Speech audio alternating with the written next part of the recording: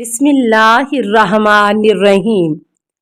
السلام علیکہ یا صاحب العصر والزمان۔ السلام علی الحسین وعلی علی ابن الحسین وعلی اولاد الحسین وعلی اصحاب الحسین۔ ابو الشہساء الکندی، اس کا نام یزید بن زیاد بن مہاجر ہے اور قبیلہ کندہ کا فرد فرید ہے۔ شہسواری اور فن تیر اندازی میں اپنی آپ نظیر تھا اور اپنے دور کا عالم اور محدث تھا۔ علاوہ ازیں نہایت شریف، مرد میدان اور دلیر تھا۔ قبل اس کے ایک لڑائی کی نوبت حضرت سید الشہداء تک پہنچے، تلوار میان سے نکال کر دشمنان دین پر حملہ آور ہوا۔ جب اس کے گھوڑے کے پیر کاٹ دیے گئے تو امام پاک کے سامنے دو زانو ہو کر بیٹھ گیا اور تیر اندازی شروع کی۔ ان کے سامنے ترکش میں 100 تیر تھے اور سوائے 5 تیروں کے سب تیر نشانے پر لگے۔ زیارت ناحیہ مقدسہ میں حضرت قائم آل محمد نے اس پر بھی نام لے کر سلام کیا۔ جب یہ شخص تیر مارتا تھا تو امام علی مقام اس کو دعا فرماتے تھے اور صرف تیروں سے ہی 5 ملعونوں کو فنار کیا اور اس کے کل مقتولین کی تعداد 40 سے کچھ اوپر بیان کی گئی ہے۔ آخر کار درجہ شہادت پر فائز ہوا۔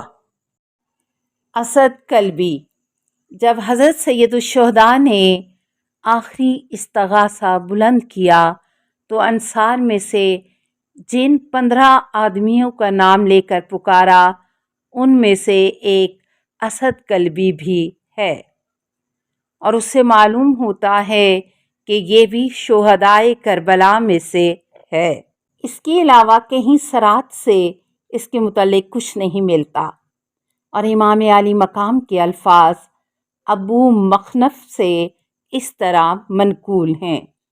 ترجمہ: حسین نے دائیں بائیں دیکھا تو اپنے انصار میں سے کوئی نظر نہ آیا مگر یہ کہ ان کے چہرے مٹی سے اٹے پڑے تھے اور موت نے ان کی آخری ہچکی بھی ختم کر دی تھی۔ پس آپ علیہ السلام نے آواز دی، اے مسلم بن عقیل، اے ہانی بن عروہ، اے حبیب ابن مظاہر، اے زہیر ابن کین، اے یزید بن مہاجر، اے یحییٰ بن کثیر، اے نافع بن حلال، اے ابراہیم بن حسین، اے عمر بن مطاع، اے اسد کلبی، اے عبداللہ بن عقیل، اے علی اکبر، اے مسلم ابن اوسجا، اے داؤد بن ترماح، اے حر ریاحی۔ پھر آپ نے فرمایا، اے میدان کارزار کے بہادرو، اے عرصہ حرب و ضرب کے شہسوارو، کیا ہو گیا ہے کہ میں تمہیں بلاتا ہوں اور تم جواب نہیں دیتے، پکارتا ہوں اور تم نہیں سنتے؟ کیا تم محو خواب ہو کہ تمہاری بیداری کی امید کروں، یا تمہاری محبت میں تبدیلی واقع ہوئی ہے کہ نصرت نہیں کرتے؟ یہ دیکھو تمہارے مرنے سے رسول کی شہزادیاں بے حال ہو چکی ہیں۔ اے غیورو، اپنی نیند سے اٹھو اور ان کمینوں کو حرم رسول سے ہٹاؤ۔ ہاں بخدا تمہیں موت نے لے لیا ہے اور خائن زمانے نے تمہارے ساتھ دھوکہ کیا، ورنہ تم میری نصرت سے کوتاہی نہ کرتے اور نہ میری نصرت سے کنارہ کرتے۔ بس ہم تمہارے لیے غم زدہ ہیں اور تمہارے ساتھ ملنے والے ہیں۔ ہم اللہ کے لیے ہیں اور اسی کی طرف ہماری بازگشت ہے۔ اسلم بن عمر، ترکی غلام۔ یہ شخص حضرت امام حسین علیہ السلام کا غلام تھا۔ اس کو آپ علیہ السلام نے امام حسن علیہ السلام کی شہادت کے بعد خرید لیا تھا اور پھر امام زین العابدین علیہ السلام کو بخش دیا تھا۔ اس کا باپ ترک تھا اور یہ غلام قاری قرآن اور امام عالی مقام کا منشی بھی تھا۔ مکہ سے مدینہ اور وہاں سے کربلا تک آپ علیہ السلام کے ساتھ ہم رکاب رہا۔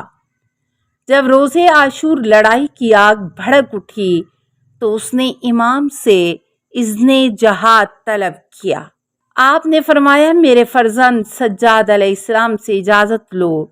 چنانچہ اس نے اپنے آقا حضرت سجاد علیہ السلام سے اجازت طلب کی اور اہل حرم کا سلام کیا اور تلوار نیام سے نکال کر میدان میں پہنچا اور ایک ہی حملے میں 70 نابکاروں کو تہتے کیا۔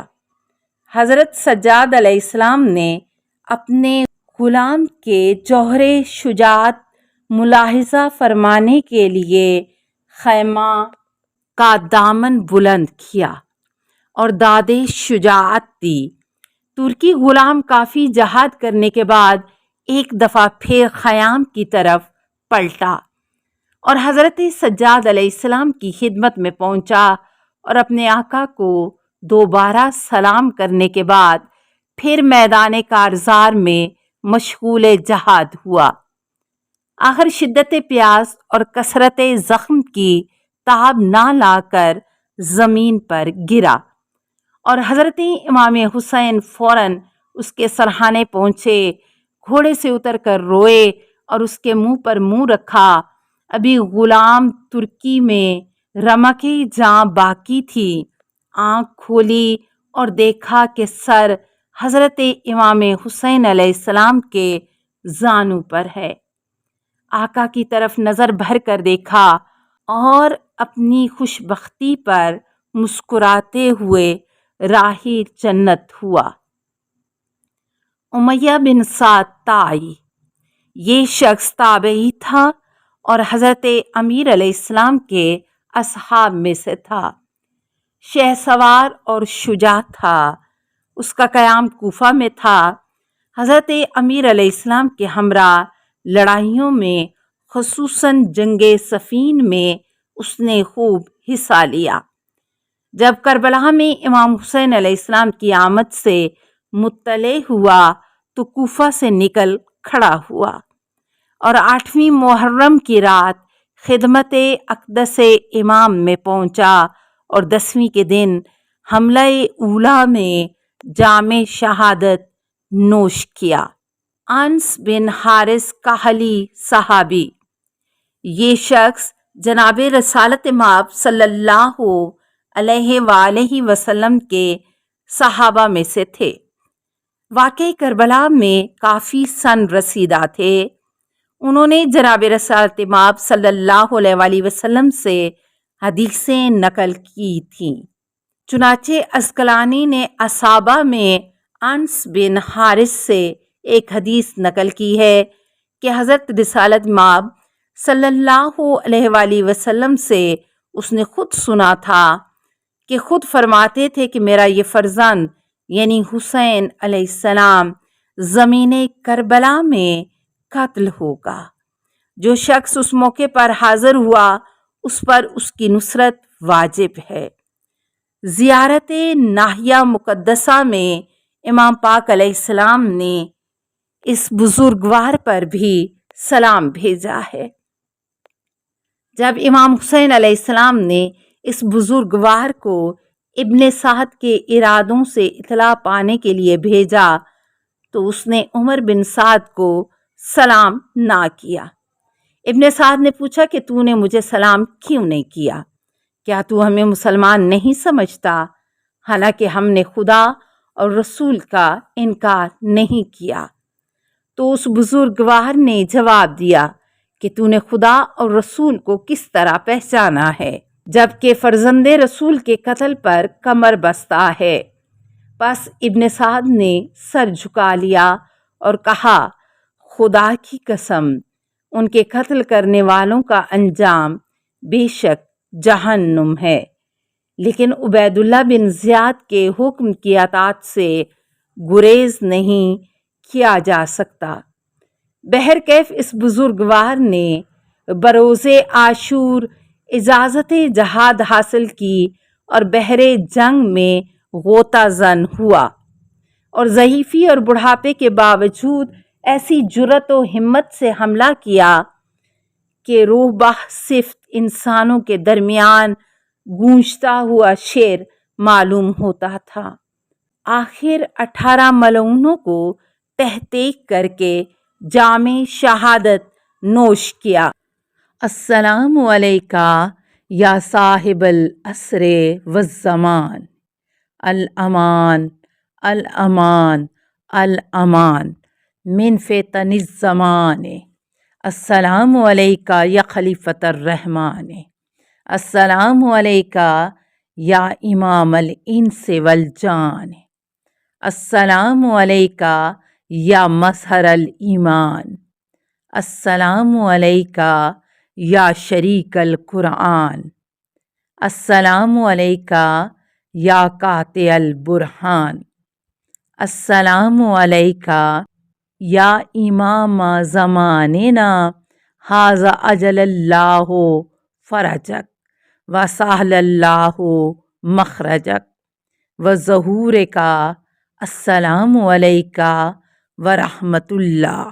اللہم صلی علی محمد و آل محمد۔